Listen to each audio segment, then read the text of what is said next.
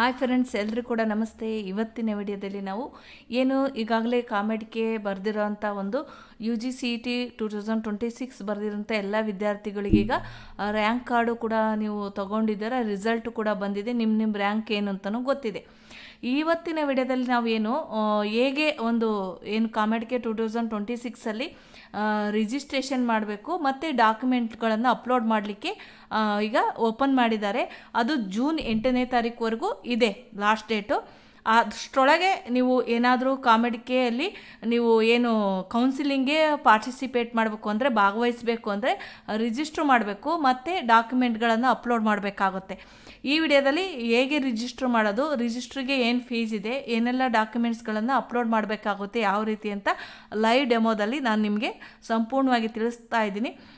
Friends, ಇಲ್ಲಿವರೆಗೂ ಕೂಡ ನೀವೇನಾದರೂ ನಮ್ಮ SV ಸೇವೆಟೆಕ್ ಯೂಟ್ಯೂಬ್ ಚಾನಲ್ನ ಸಬ್ಸ್ಕ್ರೈಬ್ ಮಾಡದೆ ಹಾಗೆ ನೋಡ್ತಾ ಇದ್ದೀರಾ ಅಂದರೆ ಸಬ್ಸ್ಕ್ರೈಬ್ ಮಾಡಿ, ಪಕ್ಕದಲ್ಲಿ ಬರುವ ಬೆಲ್ ಬಟನನ್ನು ಕ್ಲಿಕ್ ಮಾಡಿ. ಹಾಗೆ ನಮ್ಮ ಇನ್ಸ್ಟಾಗ್ರಾಮ್ ಆಗಿರಲಿ, ಫೇಸ್ಬುಕ್ ಆಗಿರಲಿ, ಟೆಲಿಗ್ರಾಮ್ ಚಾನಲ್ನ ಕೂಡ ನಾನು ಕೆಲವೊಂದು ಅಪ್ಲೋಡ್ ಮಾಡ್ತಾ ಇರ್ತೀನಿ. ವಾಟ್ಸಪ್ ಚಾನಲ್ಲು ಕೂಡ ನಾನು ಕೆಲವೊಂದು ಇನ್ಫಾರ್ಮೇಷನ್ಗಳನ್ನು ಹಾಕ್ತಾ ಇರ್ತೀನಿ.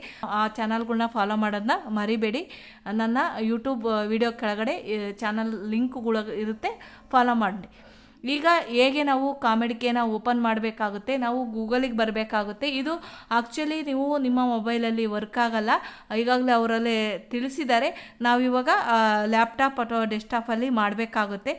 ನಾವಿವಾಗ ಗೂಗಲಿಗೆ ಬಂದು ಕಾಮೆಡ್ಗೆ ಅಂತೇಳಿ ಟೈಪ್ ಮಾಡೋಣ. ಕಾಮೆಡ್ಗೆ ಅಂತ ಟೈಪ್ ಮಾಡಿದರೆ ಸಾಕು, ಈ ರೀತಿಯಾಗಿ ಓಪನ್ ಆಗುತ್ತೆ. ಇಲ್ಲಿ ಮೊದಲನೇ option COMEDK Karnataka professional college foundation ಅಂತ ಏನಿದೆಯೋ ಕಾಮೆಡ್ಗೆದು ಮೇನ್ ವೆಬ್ಸೈಟ್ ಲಿಂಕ್, ಅದ್ರ ಮೇಲೆ ಕ್ಲಿಕ್ ಮಾಡಿ. ಇಲ್ಲಿ ಈಗಾಗಲೇ ನೋಟಿಫಿಕೇಷನ್ ಬಂದಿದೆ. ನಾನು ಈಗಾಗಲೇ ಏನೇನು ನೋಟಿಫಿಕೇಷನ್, ಏನೇನು ಡಾಕ್ಯುಮೆಂಟ್ಸ್ಗಳು ಬೇಕು, ಯಾವ ಲಾಸ್ಟ್ ಡೇಟು, ಯಾವ ಸ್ಟಾರ್ಟ್ ಡೇಟು ಅಂತಲೂ ಕೂಡ ನಾನು ಈಗಾಗಲೇ ವಿಡಿಯೋದಲ್ಲಿ ತಿಳಿಸಿದ್ದೀನಿ. ನಿಮ್ಮ ರ್ಯಾಂಕ್ ಸ್ಕೋರ್ ಕಾರ್ಡು ಕೂಡ ನೀವು ಡೌನ್ಲೋಡ್ ಮಾಡ್ಕೊಂಡಿದ್ದೀರಾ. ನಿಮ್ಮ ರ್ಯಾಂಕ್ ನಿಮಗೆ ಗೊತ್ತಿರುತ್ತೆ.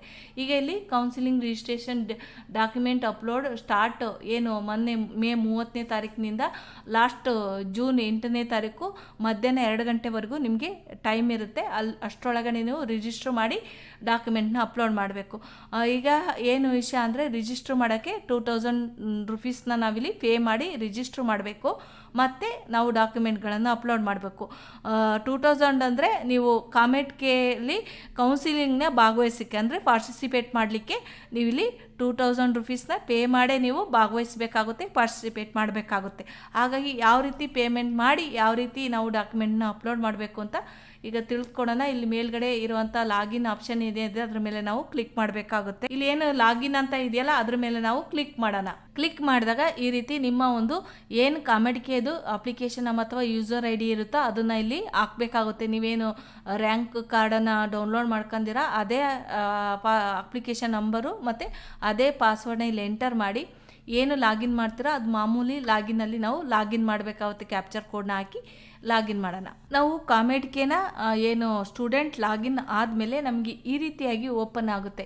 ಇಲ್ಲಿ ಈಗಾಗಲೇ ನಿಮ್ಮ ಏನು ಕಾಮೆಡ್ಗೆ ರ್ಯಾಂಕ್ ಕಾರ್ಡ್ ಕೂಡ ಡೌನ್ಲೋಡ್ ಮಾಡ್ಕೊಂಡಿರಾ. ಇಲ್ಲಿ ಪಕ್ಕದಲ್ಲಿ ನೀವು ನೋಡಿ ಕಮ್ಯುನಿಕೇಷನ್ ಅಂತ ಹೇಳಿ, ಇಲ್ಲಿ ಕಮ್ಯುನಿಕೇಷನಲ್ಲಿ ಇಂಪಾರ್ಟೆಂಟ್ ನೋಟ್ಸನ್ನು ಇಲ್ಲಿ ಕೊಟ್ಟಿದ್ದಾರೆ.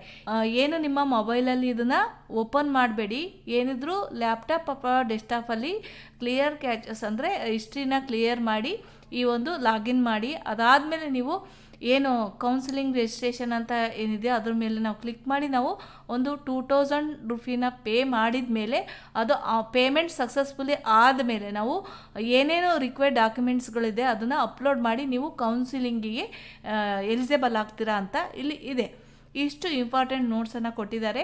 ನಾವಿವಾಗ ಏನು ಈ ರಿಜಿಸ್ಟ್ರ್ ಮಾಡಬೇಕು ಅಂದರೆ ಕೌನ್ಸಿಲಿಂಗ್ ರಿಜಿಸ್ಟ್ರೇಷನ್ ಅಂತ ಏನು ಆಪ್ಷನ್ ಇದೆಯಲ್ಲ ಅದ್ರ ಮೇಲೆ ನಾವು ಕ್ಲಿಕ್ ಮಾಡಬೇಕಾಗುತ್ತೆ. ಅದ್ರ ಮೇಲೆ ಕ್ಲಿಕ್ ಮಾಡಿದಾಗ ಇಲ್ಲೂ ಕೂಡ ಕೌನ್ಸಿಲಿಂಗ್ ರಿಜಿಸ್ಟ್ರೇಷನ್ ಬಗ್ಗೆ ಇಂಪಾರ್ಟೆನ್ಸ್ ಕೂಡ ಕೊಟ್ಟಿದ್ದಾರೆ. ಅಂದರೆ ನೀವು ಮೊಬೈಲಲ್ಲಿ ಯೂಸ್ ಮಾಡಬೇಡಿ ಅಂಥೇಳಿ.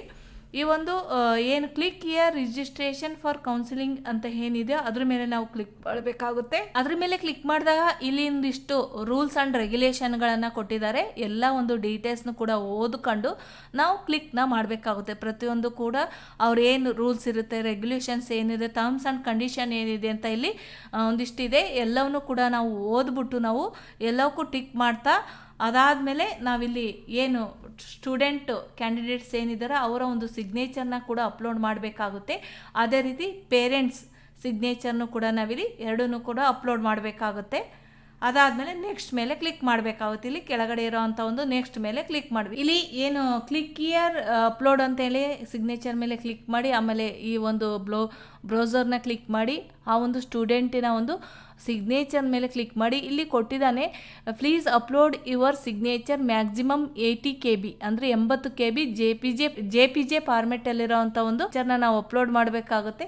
ಅದಾದಮೇಲೆ ಕ್ಲೋಸ್ ಮೇಲೆ ಕ್ಲಿಕ್ ಮಾಡಿ. ಕ್ಲೋಸ್ ಮೇಲೆ ಕ್ಲಿಕ್ ಮಾಡಿದಾಗ ಇಲ್ಲಿ ಅಪ್ಲೋಡೆಡ್ ಅಂತ ಪಕ್ಕದಲ್ಲಿ ತೋರಿಸ್ತಾ ಇರುತ್ತೆ. ಅದೇ ರೀತಿ ಪೇರೆಂಟ್ಸ್ನ ಕೂಡ ಕ್ಲಿಕ್ ಇಯರ್ ಟು ಅಪ್ಲೋಡ್ ಮೇಲೆ ಕ್ಲಿಕ್ ಮಾಡಿ ಇಲ್ಲಿ ಏನು ಎಲ್ಲಿ ಸೇವ್ ಮಾಡ್ಕೊಂಡಿರ್ತೀರೋ ಅಲ್ಲಿ ಡ್ರಾಪ್ ಫೈಲ್ ಮೇಲೆ ಕ್ಲಿಕ್ ಮಾಡಿ. ಈ ಥರ ಪೇರೆಂಟ್ಸ್ ಮತ್ತು ಸ್ಟೂಡೆಂಟ್ ಏನು ಸಿಗ್ನೇಚರ್ ಅಪ್ಲೋಡ್ ಆದಮೇಲೆ ನೆಕ್ಸ್ಟ್ ಮೇಲೆ ಕ್ಲಿಕ್ ಮಾಡಿ.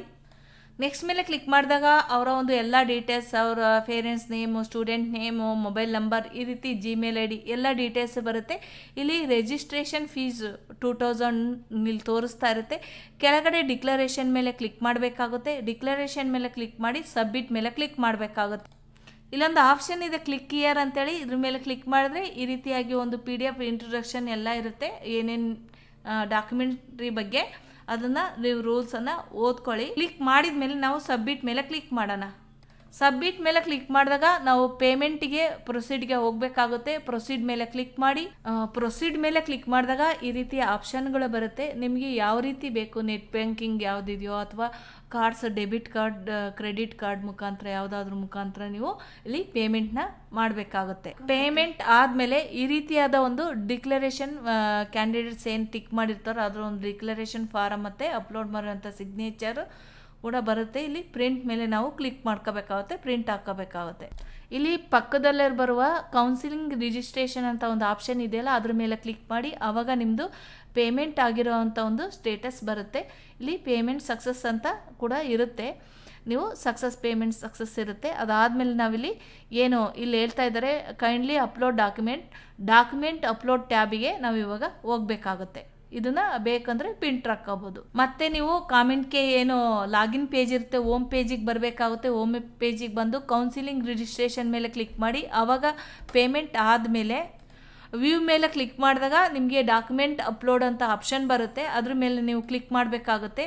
ಅದ್ರ ಮೇಲೆ ಕ್ಲಿಕ್ ಮಾಡಿದಾಗ ನಾವು ಡಾಕ್ಯುಮೆಂಟ್ಗಳನ್ನು ಅಪ್ಲೋಡ್ ಮಾಡಬೇಕಾಗುತ್ತೆ. ಕ್ಲಿಕ್ ಹಿಯರ್ ಅಪ್ಲೋಡ್ ಡಾಕ್ಯುಮೆಂಟ್ ಮೇಲೆ ನಾವು ಕ್ಲಿಕ್ ಮಾಡೋಣ. ಕ್ಲಿಕ್ ಮಾಡಿದಾಗ ಈ ರೀತಿ ನೋಟ್ ಬರುತ್ತೆ. ಅಂದರೆ ನೀವು ಯಾವ್ಯಾವ ಒಂದು ಏನು ಬ್ರೌಸರಲ್ಲಿ ಓಪನ್ ಮಾಡಿದ್ದನ್ನು ಮಾಡಬೇಕಾಗುತ್ತೆ ಅಂತ ಇಂಟ್ರೊಡಕ್ಷನ್ ಇರುತ್ತೆ. ಕ್ಲೋಸ್ ಮೇಲೆ ಕ್ಲಿಕ್ ಮಾಡಿ. ಕ್ಲೋಸ್ ಮೇಲೆ ಕ್ಲಿಕ್ ಮಾಡಿದಾಗ ಈ ರೀತಿಯಾಗಿ ಪೇಜ್ ಓಪನ್ ಆಗುತ್ತೆ. ಡೀಟೇಲ್ಸ್ ಕೂಡ ಇರುತ್ತೆ. ನೀವಿಲ್ಲಿ RU ಸಪ್ಲಿಮೆಂಟ್ರಿ ಏನಾದರೂ ಕ್ಯಾಂಡಿಡೇಟ್ಸ್ ಇದ್ದರೆ ಎಸ್ ಅಂತ ಕೊಡಿ, ಇಲ್ಲ ಅಂದರೆ ನೋ ಅಂತ ಕೊಡಬೇಕಾಗುತ್ತೆ. ನೋ ಅಂತ ಕೊಟ್ಟಮೇಲೆ ಇಲ್ಲಿ ಕೆಳಗಡೆ ಅವರ 12th marks card register number ಮತ್ತು ಏನು ರಿಜಿಸ್ಟರ್ ನಂಬರ್ ಮತ್ತು ಮಾರ್ಕ್ಸ್ ಕಾರ್ಡಲ್ಲಿರೋ ಥರ ನಾವು ಇಲ್ಲಿ ಫಿಲ್ ಮಾಡಬೇಕಾಗುತ್ತೆ. ಅದಾದಮೇಲೆ ಬೋರ್ಡು ಏನು ಆ ಒಂದು ಏನು ಸೆಕೆಂಡ್ PUC ಬೋರ್ಡನ್ನು ನಾವಿಲ್ಲಿ ಸೆಲೆಕ್ಟ್ ಮಾಡಬೇಕಾಗುತ್ತೆ. ಸ್ಟೇಟ್ ಬೋರ್ಡು, CBSE ಬೋರ್ಡ್ ಅನ್ನೋದನ್ನ ಯಾವಾಗ ರಿಸಲ್ಟ್ ಬಂದಿರೋವಂಥ ಒಂದು ಪಾಸಿಂಗ್ ಇಯರ್ನ ಮಂತ್ ಮತ್ತು ಇಯರ್ನ ಹಾಕಬೇಕಾಗುತ್ತೆ. ಮಾರ್ಕ್ಸ್ ಕಾರ್ಡ್ ಮಾರ್ಕ್ಸ್ ಕಾರ್ಡಲ್ಲಿ ಎಷ್ಟು ಮಾರ್ಕ್ಸನ್ನು ತೆಗೆದಿದ್ದಾರೆ ಅನ್ನೋದನ್ನ ನಾವಿಲ್ಲಿ ಹಾಕಬೇಕಾಗುತ್ತೆ. ಇಲ್ಲಿ ಟೋಟಲ್ ಮಾರ್ಕ್ಸ್ ಅಂದರೆ ಏನು 600 ನಡೆದಿರುತ್ತಲ್ಲ ಅದನ್ನು ಹಾಕಬೇಕಾಗುತ್ತೆ. ಇದು ಒಪ್ಟೈನ್ ಮಾರ್ಕ್ಸ್ ಅಂದರೆ ಸ್ಟೂಡೆಂಟ್ ಎಷ್ಟನ್ನು ತೆಗೆದಿದ್ದಾರೆ ಅನ್ನೋದು. ಇಲ್ಲಿ ಫಿಸಿಕ್ಸಲ್ಲಿ ಎಷ್ಟು ಮಾರ್ಕ್ಸನ್ನು ತೆಗೆದಿದ್ದಾರೆ, ಎಷ್ಟು ಮಾರ್ಕ್ಸಿಗೆ ಅವರು ಬರೆದಿದ್ರು ಅನ್ನೋದನ್ನ. ಅದಾದಮೇಲೆ ನೆಕ್ಸ್ಟು ಕೆಮಿಸ್ಟ್ರಿ ಎಷ್ಟು ಮಾರ್ಕ್ಸನ್ನು ಸ್ಟೂಡೆಂಟ್ ತೆಗೆದಿದ್ದಾರೆ, ಅಥವಾ ಕೆಮಿಸ್ಟ್ರಿ, ಬಯಾಲಜಿ ಆಗಿರ್ಬೋದು, ಕಂಪ್ಯೂಟರ್ ಸೈನ್ಸ್ ಆಗಿರ್ಬೋದು, ಎಲೆಕ್ಟ್ರಾನಿಕ್ಸ್ ಆಗಿರ್ಬೋದು, ಯಾವುದನ್ನು ತಗೊಂಡಿರ್ತಾರೆ ಅದು. ಇಲ್ಲಿ ಎಷ್ಟು ಮಾರ್ಕ್ಸಿಗೆ ಎಕ್ಸಾಮ್ನ ಬರೆದಿರ್ತಾರೆ. ಅದಾದಮೇಲೆ ಇಲ್ಲಿ ಮ್ಯಾಥಮೆಟಿಕ್ಸಲ್ಲಿ ಸ್ಟೂಡೆಂಟ್ ತೆಗೆದಿರೋ ಅಂಥ ಒಂದು ಮಾರ್ಕ್ಸನ್ನು ಹಾಕಬೇಕು. ಮತ್ತು ಎಕ್ಸಾಮ್ ಎಷ್ಟಕ್ಕೆ ನಡೀತು ಅನ್ನೋದನ್ನ ಇಲ್ಲಿ ಹಾಕಬೇಕಾಗುತ್ತೆ. ನೆಕ್ಸ್ಟು ಫಿಸಿಕ್ಸು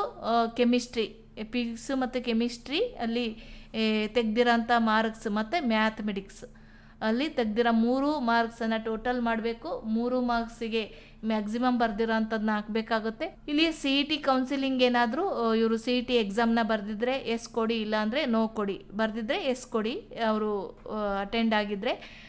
ಅದಾದಮೇಲೆ ಕೆಳಗಡೆ ರಿಕ್ವೈರ್ಡ್ ಡಾಕ್ಯುಮೆಂಟ್ಸ್ಗಳನ್ನು ನಾವು ಅಪ್ಲೋಡ್ ಮಾಡಬೇಕಾಗುತ್ತೆ. ಇಲ್ಲಿ CETನ ಎಸ್ ಕೊಟ್ಟರೆ ಇಲ್ಲಿ ಏನು ರಿಜಿಸ್ಟ್ರೇಷನ್ ಅಪ್ಲಿಕೇಶನ್ ನಂಬರ್ನ ಹಾಕಬೇಕಾಗುತ್ತೆ CETದು. ಅದನ್ನು ಎಂಟರ್ ಮಾಡಬೇಕಾಗುತ್ತೆ. ಯಾವ್ಯಾವ ಡಾಕ್ಯುಮೆಂಟ್ಸ್ಗಳನ್ನು ನಾವು ಅಪ್ಲೋಡ್ ಮಾಡಬೇಕಾಗುತ್ತೆ ಅಂದರೆ ಕ್ಯಾಂಡಿಡೇಟ್ಸ್ ಒರಿಜಿನಲ್ ID ಪ್ರೂಫ್ ಅಂದರೆ ಯಾವುದಾದ್ರೂ PAN card, voter ID, Aadhaar card ಈ ಥರದ್ದು 1 MB ಒಳಗೆ ಇರುವಂಥದ್ದು. ಅದೇ ರೀತಿ ಬರ್ತ್ ಸರ್ಟಿಫಿಕೇಟ್ಗೆ ಈಗಾಗಲೇ ಹೇಳಿದ್ದಾರೆ ಅವರು ಮಾಸ್ ಕಾರ್ಡ್ನೇ ಅಪ್ಲೋಡ್ ಮಾಡಬೇಕಾಗುತ್ತೆ SLCದು ಅಂತ, ಅದು ಕೂಡ 1 MB ಒಳಗಡೆ PDF ಇದರಲ್ಲಿ ಸ್ಕ್ಯಾನ್ ಮಾಡಬೇಕು, ನೀಟಾಗಿರಬೇಕು ಅಂತಲೇ ಇಲ್ಲಿ ಮೇಲೆ ಹೇಳಿದ್ದಾರೆ. ನೀವು ನೋಡ್ಕೊಂಡು ಅಪ್ಲೋಡ್ ಮಾಡಿ. ಅದಾದಮೇಲೆ PUC ಏನು ಇಕ್ವಲೆಂಟ್ ಮಾಸ್ ಕಾರ್ಡ್ ಇದೆಯಾ, ಏನು ಡಿಜಿಲಾಕರಲ್ಲಿ ಬಂದಿರೋಂಥದ್ದಾದರೂ ಪರವಾಗಿಲ್ಲ, ಈಗಾಗಲೇ ಬಂದಿರಲ್ಲ ಒರಿಜಿನಲ್, ಹಾಗಾಗಿ ಅದನ್ನು ಕೂಡ ಡೌನ್ಲೋಡ್ ಮಾಡ್ಕೊಂಡು ಇಲ್ಲಿ ಅಪ್ಲೋಡ್ ಮಾಡಬೇಕಾಗುತ್ತೆ ಸ್ಕ್ಯಾನ್ ಮಾಡಿ. ಅದು 4 MB ಒಳಗಡೆ ಇರೋ ಥರ ಇರಬೇಕು. ಅದಾದಮೇಲೆ 12th ಏನು ಅಡ್ಮಿಟ್ ಕಾರ್ಡ್ ಇದೆಯೋ ಅದನ್ನು ನೀವು ಅಪ್ಲೋಡ್ ಮಾಡಬೇಕಾಗುತ್ತೆ. ಇಲ್ಲ ಅಂದರೆ ವೈಟ್ ಶೀಟಲ್ಲಿ ಅದರ ಡೀಟೇಲ್ಸ್ನ ಏನು ಬರೆದು ಹಾಕಬೇಕಾಗುತ್ತೆ, ರಿಜಿಸ್ಟರ್ ನಂಬರು, ಹೆಸರು, ಪೇರೆಂಟ್ಸ್ ಹೆಸರು, ಅದನ್ನೆಲ್ಲ ಇಲ್ಲಿ ಬರೆದುಬಿಟ್ಟು ನೀವು ಒಂದು ವೈಟನ್ನು ಸ್ಕ್ಯಾನ್ ಮಾಡಿ ಅಪ್ಲೋಡ್ ಮಾಡಬೇಕಾಗುತ್ತೆ. ಕಾಮೆಡ್ಗೆ ಏನು ಆಲ್ ಟಿಕೆಟ್ ಇರುತ್ತಲ್ಲ ಅದನ್ನು ಕೂಡ ಅಪ್ಲೋಡ್ ಮಾಡಬೇಕು 1 MB ಒಳಗಡೆ ಇರೋ ಥರ. ಅದಾದರೆ ನೀವು ಸಪ್ಲಿಮೆಂಟ್ರಿ ಏನಾದರೂ ಇಂಪಾರ್ಟೆಂಟ್ ಬೇರೆ ಬೇರೆ ಮಾಸ್ ಕಾರ್ಡುಗಳಿದ್ದರೆ ನೀವು ಅದನ್ನೇ ಇಲ್ಲಿ ಅಪ್ಲೋಡ್ ಮಾಡಬೇಕು. ಸಪ್ಲಿಮೆಂಟ್ರಿ ಇಲ್ಲ ಅಂದರೆ ಇಲ್ಲಿ ಅಪ್ಲೋಡ್ ಮಾಡೋ ಅವಶ್ಯಕತೆ ಇರಲ್ಲ. ಇಲ್ಲಿ ಡಿಕ್ಲರೇಷನ್ ಮೇಲೆ, ಅಂಡರ್ಸ್ಟ್ಯಾಂಡ್ ಡಿಕ್ಲರೇಷನ್ ಮೇಲೆ ಕ್ಲಿಕ್ ಮಾಡಿ ನಾವು ಸಬ್ಮಿಟ್ ಮೇಲೆ ಕ್ಲಿಕ್ ಮಾಡಬೇಕಾಗುತ್ತೆ. ಈ ಒಂದು ಎಲ್ಲ ಡಾಕ್ಯುಮೆಂಟ್ಸ್ಗಳನ್ನು PDF ಫೈಲಲ್ಲಿ ಆ ಒಂದು ಸೈಜಲ್ಲೇ ನೀವು ಸ್ಕ್ಯಾನ್ ಮಾಡಿ ಇಟ್ಕೋಬೇಕು. ಆದರೆ ಎಲ್ಲ ಒಂದು PDF ಕೂಡ ಕ್ಲಿಯರ್ ಇರಬೇಕು ಅಂತೇಳಿ ಅಲ್ಲಿ ನೋಟಿಫಿಕೇಷನ್ ಕೊಟ್ಟಿರೋದ್ರಿಂದ ಎಲ್ಲವನ್ನೂ ಕೂಡ ನೀಟಾಗಿ ಸ್ಕ್ಯಾನ್ ಮಾಡಿ ಅಪ್ಲೋಡ್ ಮಾಡಿ. ಅದೇ ರೀತಿ ಏನು ಕಾಮೆಡಿಕೆ ಆಲ್ ಟಿಕೆಟ್ ಅಂದರೆ ಏನು ಅವರು ಎಕ್ಸಾಮ್ ಬರೆದು ಅಲ್ಲಿ ಏನು ಎಕ್ಸಾಮ್ ಇನ್ವೆಸ್ಟಿಗೇಟರ್ ಎಲ್ಲ ಸಿಗ್ನೇಚರ್ ಹಾಕಿ ತೊಗೊಂಬಂದಿರ್ತಾರೋ ಆ ವೆರಿಫೈಡ್ ಆಗಿರುತ್ತೆ, ವೆರಿಫೈಡ್ ಅಂತ ಆ ಆಲ್ ಟಿಕೆಟ್ನ ಇಲ್ಲಿ ಅಪ್ಲೋಡ್ ಮಾಡಬೇಕಾಗುತ್ತೆ. ಅದೇ ರೀತಿ ನೀವು PUC ಆಲ್ ಟಿಕೆಟ್ ಏನಾದರೂ ನಿಮ್ಮ ಹತ್ರ ಇಲ್ಲ ಅಂದರೆ ನಾನು ಆವಾಗಲೇ ಹೇಳ್ದಂಗೆ ವೈಟ್ ಶೀಟಲ್ಲಿ ಒಂದು ರಿಜಿಸ್ಟರ್ ನಂಬರು, ಆ ಒಂದು ಸ್ಟೂಡೆಂಟ್ ನೇಮು, ಫಾದರ್ ನೇಮು ಎಲ್ಲ ಒಂದು ಡೀಟೇಲ್ಸ್ನ ಏನು ಆಲ್ ಟಿಕೆಟಲ್ಲಿ ಇತ್ತೋ ಆ ಥರ ಬರೆದ್ಬಿಟ್ಟು ನೀವು ಕ್ಲಿಯರಾಗಿ ಅದನ್ನ ಸ್ಕ್ಯಾನ್ ಮಾಡಿ ಅಪ್ಲೋಡ್ ಮಾಡಬೇಕಾಗುತ್ತೆ. ಈ ಒಂದು ಸ್ಟೂಡೆಂಟ್ ಏನು ಜನರಲ್ ಕ್ಯಾಟಗರಿ ಸ್ಟೂಡೆಂಟ್ ಇರೋದ್ರಿಂದ ಒಂದು ಕ್ಯಾಟಗರಿ ಯಾವುದೇ ಒಂದು ಸರ್ಟಿಫಿಕೇಟ್ನ ಇಲ್ಲಿ ಅಪ್ಲೋಡ್ ಮಾಡಲಿಕ್ಕೆ ಒಂದು ಆಪ್ಷನ್ ಇಲ್ಲ. ಯಾರೆಲ್ಲ ವಿದ್ಯಾರ್ಥಿಗಳು ಕ್ಯಾಟಗರಿ ಸ್ಟೂಡೆಂಟ್ ಇರ್ತಿರೋ, SC ST ಆಗಿರ್ಬೋದು, OBC ಆಗಿರ್ಬೋದು, ಮತ್ತು ಕಲ್ಯಾಣ ಕರ್ನಾಟಕ ಏನು ಕ್ಯಾಟಗರಿ ಹೊಂದಿರೋಂಥ ಆ ಒಂದು ಏನು ಇರ್ತಾರೋ ಆ ಒಂದು ಕ್ಯಾಟಗರಿ ಸರ್ಟಿಫಿಕೇಟ್ನು ಕೂಡ ಇಲ್ಲಿ ಸ್ಕ್ಯಾನ್ ಮಾಡಿ ಅಪ್ಲೋಡ್ ಮಾಡಬೇಕಾಗುತ್ತೆ. ಆ ಆಪ್ಷನ್ ಇಲ್ಲಿ ಇರುತ್ತೆ, ಅದನ್ನು ಕೂಡ ಇಲ್ಲಿ ಅಪ್ಲೋಡ್ ಮಾಡಬೇಕು ನೀವು. ಇಲ್ಲಿ ಜನರಲ್ ಕ್ಯಾಟಗರಿ ಸ್ಟೂಡೆಂಟ್ ಇರೋದ್ರಿಂದ ಆ ಆಪ್ಷನ್ ಇಲ್ಲಿ ಓಪನ್ ಇಲ್ಲ, ನಿಮಗೆ ಓಪನ್ ಆಗುತ್ತೆ, ಅದನ್ನು ಕೂಡ ಇಲ್ಲಿ ಸ್ಕ್ಯಾನ್ ಮಾಡಿ ಅಪ್ಲೋಡ್ ಮಾಡಿ. ಎಲ್ಲ ಒಂದು ಅಪ್ಲೋಡ್ ಆದಮೇಲೆ ಈ ರೀತಿ ಸೈಡಲ್ಲಿ ಅಪ್ಲೋಡೆಡ್ ಅಂತ ಬರುತ್ತೆ, ಆ ಒಂದು ಕರೆಕ್ಟಾದ ಸೈಜಲ್ಲಿ ಇದ್ದರೆ. ಅದಾದಮೇಲೆ ಇಲ್ಲಿ ಡಿಕ್ಲರೇಷನ್ ಏನಿದೆ ಅದ್ರ ಮೇಲೆ ಕ್ಲಿಕ್ ಮಾಡಿ ನೀವು ಸಬ್ಮಿಟ್ ಮೇಲೆ ಕ್ಲಿಕ್ ಮಾಡಬೇಕು. ಸಬ್ಮಿಟ್ ಮೇಲೆ ಕ್ಲಿಕ್ ಮಾಡಿದಾಗ ಇಲ್ಲಿ ಡಾಕ್ಯುಮೆಂಟ್ ಅಪ್ಲೋಡ್ ನಾವು ಏನೆಲ್ಲ ಫಿಲ್ ಮಾಡಿದ್ವಿ ಅನ್ನೋದೆಲ್ಲ ಡೀಟೇಲ್ಸೇ ಬರುತ್ತೆ. ಮತ್ತು ಇಲ್ಲಿ ಪಕ್ಕದಲ್ಲಿ ಅಪ್ಲೋಡ್ ಮಾಡಿರೋಂಥ ಒಂದು ಡಾಕ್ಯುಮೆಂಟ್ಸ್ಗಳನ್ನು ನಾವು ಪ್ರಿವ್ಯೂ ಮಾಡಿ ನೋಡ್ಬೋದು. ಇದ್ರ ಮೇಲೆ ಕ್ಲಿಕ್ ಮಾಡಿ ಕರೆಕ್ಟ್ ಇದೆಯಾ ಇಲ್ವಾ ಅಂತೇಳಿ ಈ ರೀತಿಯಾಗಿ ನಾವು ಡಾಕ್ಯುಮೆಂಟ್ನ ಅಪ್ಲೋಡ್ ಅಂತ ಬರುತ್ತೆ. ಏನು ನಿಮ್ಮ ಒಂದು ರಿಜಿಸ್ಟರ್ಡ್ ಮೊಬೈಲ್ಗೆ ಒಂದು ಏನು ಡಾಕ್ಯುಮೆಂಟ್ ಅಪ್ಲೋಡ್ ಮಾಡಿರೋ ಅಂಥದ್ದು ಸಕ್ಸಸ್ಫುಲಿ ಅಂತ ಬರುತ್ತೆ ಮೆಸೇಜು. ನಾರ್ಮಲ್ ಮೆಸೇಜಲ್ಲಿ ನೀವು ಚೆಕ್ ಮಾಡ್ಕೋಬಹುದು. ನಾವೀಗ ಇಲ್ಲಿ ಮೇಲ್ಗಡೆ ಏನು ಕ್ಲೋಸ್ ಅಂತ ಇದೆಯಲ್ಲ ಅದ್ರ ಮೇಲೆ ಕ್ಲಿಕ್ ಮಾಡಿ ಏನು ನಾವು ವಾಪಸ್ ನಮ್ಮ ಒಂದು ಕಾಮೆಡ್ಗೆ ಹೋಮ್ ಪೇಜಿಗೆ ಬಂದರೆ, ನಾವೇನು ಲಾಗಿನ್ ಮಾಡಿದ್ಮೇಲೆ ಹೋಮ್ ಪೇಜಿಗೆ ಬರ್ತೀವಲ್ಲ ಅಲ್ಲಿ ಡಾಕ್ಯುಮೆಂಟ್ ಅಪ್ಲೋಡ್ ಮೇಲೆ ಮತ್ತೆ ವಾಪಸ್ ಬಂದು ಕ್ಲಿಕ್ ಮಾಡಿ ರಿಫ್ರೆಶ್ ಮಾಡಿ. ರಿಫ್ರೆಶ್ ಮಾಡಿದಾಗ ನಾವಿಲ್ಲಿ ಡಾಕ್ಯುಮೆಂಟ್ ಸಬ್ಮಿಟೆಡ್ ಅಂತ ಒಂದು ಬರುತ್ತೆ. ನೀವು ಹೋಮ್ ಪೇಜಿಗೆ ಮತ್ತೆ ಬಂದು ನೀವು ಡಾಕ್ಯುಮೆಂಟ್ ಅಪ್ಲೋಡ್ ಮೇಲೆ ಕ್ಲಿಕ್ ಮಾಡಿದರೆ ಇಲ್ಲಿ ತೋರಿಸ್ತಾ ಇರುತ್ತೆ. ನೀವು ರಿಫ್ರೆಶ್ ಮೇಲೆ ಕ್ಲಿಕ್ ಮಾಡಿ ಇಲ್ಲಿ ವ್ಯೂ ಮೇಲೆ ಕ್ಲಿಕ್ ಮಾಡಿ. ವ್ಯೂ ಮೇಲೆ ಕ್ಲಿಕ್ ಮಾಡಿದಾಗ ನಾವು ಡಾಕ್ಯುಮೆಂಟ್ನ ಅಪ್ಲೋಡ್ ಮಾಡಿರೋಂಥದ್ದೆಲ್ಲ ತೋರಿಸ್ತಾ ಇರುತ್ತೆ, ನಾವೇನು ಫಿಲ್ ಮಾಡಿದ್ದೀವಿ ಅಂತೇಳಿ. ಕ್ಲೋಸ್ ಮೇಲೆ ಕ್ಲಿಕ್ ಮಾಡಿ. ಕ್ಲೋಸ್ ಮೇಲೆ ಕ್ಲಿಕ್ ಮಾಡಿ ಏನಾದರೂ ತೋರಿಸ್ಲಿಲ್ಲ ಅಂದರೆ ನೀವು ರಿಫ್ರೆಶ್ ಮೇಲೆ ಆ ಒಂದು ಪೇಜ್ನ ರಿಫ್ರೆಶ್ ಮಾಡಿ, ಆವಾಗ ರಿಫ್ರೆಶ್ ಆಗುತ್ತೆ. ನೀವು ಕಾಮೆಡ್ಗೆ ಲಾಗಿನ್ ಹೋಮ್ ಪೇಜಿಗೆ ಬಂದು ನೋಡಬೇಕಾಗುತ್ತೆ. ಇದು ಡಾಕ್ಯುಮೆಂಟ್ ಸಕ್ಸಸ್ಫುಲಿ ಅಪ್ಲೋಡೆಡ್, ಸಬ್ಮಿಟೆಡ್ ಅಂತ ಬರುತ್ತೆ. ಈ ರೀತಿಯಾಗಿ ನಾವು ಒಂದು ಏನು ಕಾಮೆಡ್ಗೆನ ರಿಜಿಸ್ಟರ್ ಮಾಡಿ ಏನು ಡಾಕ್ಯುಮೆಂಟ್ನ ಅಪ್ಲೋಡ್ ಮಾಡೋದು ಈ ರೀತಿಯಾಗಿ ಇರುತ್ತೆ. ಎಲ್ಲ ಡಾಕ್ಯುಮೆಂಟ್ಸ್ನ ಕರೆಕ್ಟಾಗಿ ಕ್ಲಿಯರಾಗಿ ನೀವು ಅಪ್ಲೋಡ್ ಮಾಡಬೇಕಾಗುತ್ತೆ PDF ಫೈಲಲ್ಲಿ. ಈಗ ಈ ವಿಡಿಯೋನ ನೋಡಿದ್ದೀರಾ, ಯಾವ ರೀತಿ ರಿಜಿಸ್ಟರ್ ಮಾಡಿ ಯಾವ ರೀತಿ ಡಾಕ್ಯುಮೆಂಟ್ನ ಅಪ್ಲೋಡ್ ಮಾಡೋದು ಅಂತ ಫುಲ್ ಸ್ಟೆಪ್ಪನ್ನು ನಾನು ನಿಮಗೆ ತಿಳಿಸ್ಕೊಟ್ಟಿದ್ದೀನಿ. ಈ ವಿಡಿಯೋ ನಿಮಗೆ ಇಷ್ಟವಾಗಿದ್ದರೆ ಆಗಿರ್ಬೋದು, ನಿಮ್ಮ ಫ್ರೆಂಡ್ಸಲ್ಲಿ ಮತ್ತು ನಿಮ್ಮ ರಿಲೇಟಿವ್ಸಲ್ಲಿ ಯಾರೆಲ್ಲ ಸ್ಟೂಡೆಂಟ್ಗಳು ನಿಮ್ಮ ಅಕ್ಕಪಕ್ಕದಲ್ಲಿ ಇರ್ಬೋದು, ಕಾಮೆಂಟ್ಗೆ ಯಾರೆಲ್ಲ ಬರೀತಾರೆ ಆ ಸ್ಟೂಡೆಂಟ್ಗೆ ಈ ವಿಡಿಯೋನ ಶೇರ್ ಮಾಡಿ. ಅದು ಜೂನ್ 8ನೇ ತಾರೀಕು ಒಳಗಡೆ ನೀವು ರಿಜಿಸ್ಟರ್ ಮಾಡಿ, ನೀವು ಪೇಮೆಂಟ್ನ ಮಾಡಿ ರಿಜಿಸ್ಟರ್ ಮಾಡಿ ಡಾಕ್ಯುಮೆಂಟನ್ನು ಅಪ್ಲೋಡ್ ಮಾಡಬೇಕಾಗುತ್ತೆ. ಕೌನ್ಸಿಲ್ಗೆ ಪಾರ್ಟಿಸಿಪೇಟ್ ಮಾಡಬೇಕು ಅಂದರೆ, ಭಾಗವಹಿಸಬೇಕು ಅಂದರೆ ಈ ಪ್ರೊಸೆಸ್ನ ಕಂಪ್ಲೀಟ್ ಮಾಡಿದರೆ ಡಾಕ್ಯುಮೆಂಟ್ ವೆರಿಫೈ ಆದಮೇಲೆ ನಿಮಗೆ ಕೌನ್ಸಿಲಿಂಗ್ ಸ್ಟಾರ್ಟ್ ಆಗುತ್ತೆ. ಈ ವಿಡಿಯೋನ ಎಲ್ಲರಿಗೂ ಕೂಡ ಶೇರ್ ಮಾಡಿ ಅಂತ ಹೇಳ್ತಾ, ಈ ವಿಡಿಯೋನ ಕೊನೆವರೆಗೂ ನೋಡಿದ್ದಕ್ಕೆ ನಿಮ್ಮೆಲ್ಲರಿಗೂ ಕೂಡ ನಾನು ಧನ್ಯವಾದಗಳನ್ನು ತಿಳಿಸ್ತಾ ಇದ್ದೀನಿ. Thank you for watching.